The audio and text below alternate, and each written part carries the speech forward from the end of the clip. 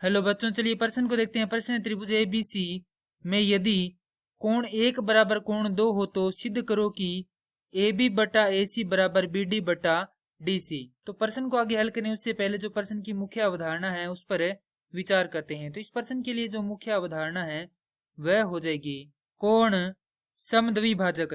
तो वह रेखा जो किसी कोण को दो बराबर भागों में विभाजित करे कोण समद्विभाजक कहलाती है। अब यहाँ पर हमें दिया गया है त्रिभुज एबीसी है जिसमें कोण 1 व कोण 2 क्या है, बराबर हैं। तो हमें सिद्ध करना है कि जो भुजा AB और AC है उनका अनुपात बराबर है BD बटा DC के।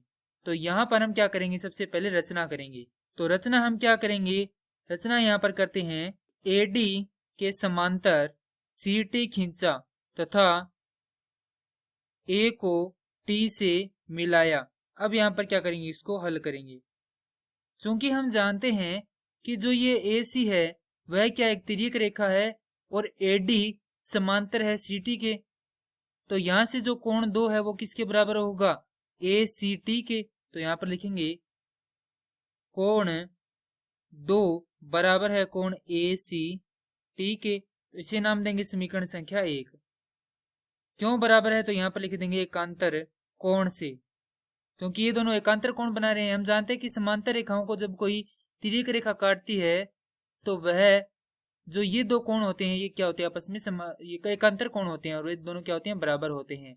अब यहाँ पर देखें तो AT भी क्या है, एक यहाँ पर तिर्यक रेखा है जो कि AD व CT समांतर रेखा को काट रही है। तो यहाँ पर जो कोण 1 है वो बराबर होगा कोण T के। क्यों बराबर हो, क्योंकि ये है संगत कोण। तो यहाँ पर लिखेंगे कोण 2, माफ कीजिए, कोण 1 बराबर है कोण T के। समीकरण संख्या 2 क्यों बराबर है, संगत कोण। और हमें पता है कि कोण 1 बराबर है कोण 2 के, तो ये आ जाएगी समीकरण संख्या 3।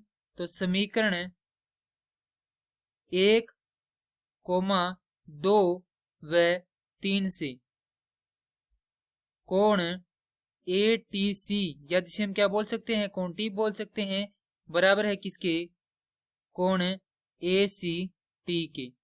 यदि ये बराबर हैं तो यहां पर हम लिखेंगे त्रिभुज ACT में, यहां पर इसको नाम देंगे समीकरण संख्या 4। AT बराबर है AC के। क्यों बराबर है, तो समीकरण 4 से। कारण इसका यह है कि बराबर कोणों की सम्मुख भुजा। अब हम देखें तो यहां पर जो त्रिभुज BTC है, बड़े वाला त्रिभुज है, उसको यदि हम इस प्रकार से बनाएं जिसमें यहां पर ये क्या है, B है कोण, ये कोण T है और ये कोण C है, तो ये हमारे पास क्या आ जाएगा, यहाँ पर AD आ जाएगी।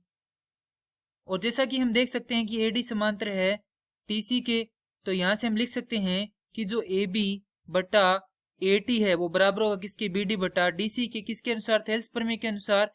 थेल्स प्रमेय होती है कि किसी त्रिभुज में एक भुजा के समांतर है खींची गई वह रेखा जो शेष दो भुजाओं को किस भिन्न बिंदु पर प्रतिच्छेद करे तो वह उन्हें एक ही अनुपात में विभाजित करती है। तो यहाँ पर लिखेंगे त्रिभुज BTC में थेल्स प्रमेय से। उससे पहले हम यहाँ पर थेल्स प्रमेय लिख देते हैं। तो थेल्स प्रमेय, किसी त्रिभुज में एक भुजा के समांतर खींची गई रेखा जो शेष दो भुजाओं को भिन्न बिंदुओं पर प्रतिच्छेद करे तो वह उन्हें एक ही अनुपात में विभाजित करती है। अब यहाँ पर अनुपात लिखेंगे तो BA अनुपात AT बराबर होगा BD अनुपात DC के। तो BA अनुपात BT, माफ कीजिए, AT बराबर BD अनुपात DC। और यहां से हम जानते हैं कि AT किसके बराबर है, AC के बराबर है, तो यहाँ पर मान रख देंगे। तो BA को हम लिख सकते हैं AB बटा AC बराबर है BD बटा DC के। और ये क्या करना था, हमें सिद्ध करना था। तो इति सिद्धम। मैं आशा करता हूं कि यह प्रश्न आपको समझ में आया होगा। धन्यवाद।